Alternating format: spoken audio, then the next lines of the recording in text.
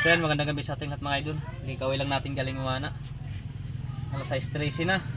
Bali ito lahat yung mga nahuli natin. Yan, may 6 na piraso tayo na ilak, tapos isang lapis, isang mamsa, tapos 2 triggerfish. Ipiluhin natin mga idol itong mga ilak natin. Itong mga first class natin na isda. First class.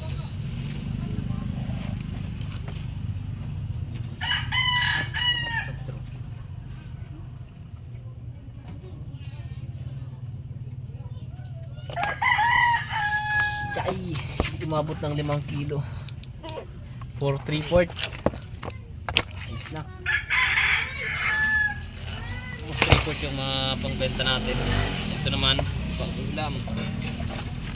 Sa kilo mo ito. Ronin mo ko.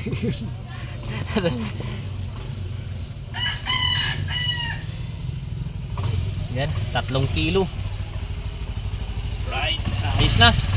3 kilo tayo na pangulam, tapos mahigit 4 na kilo naman na pangbenta.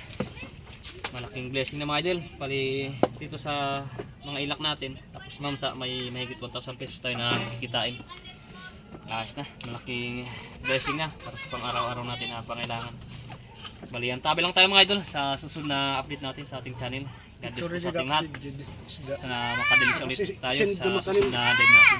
Oh, nanay Jodo.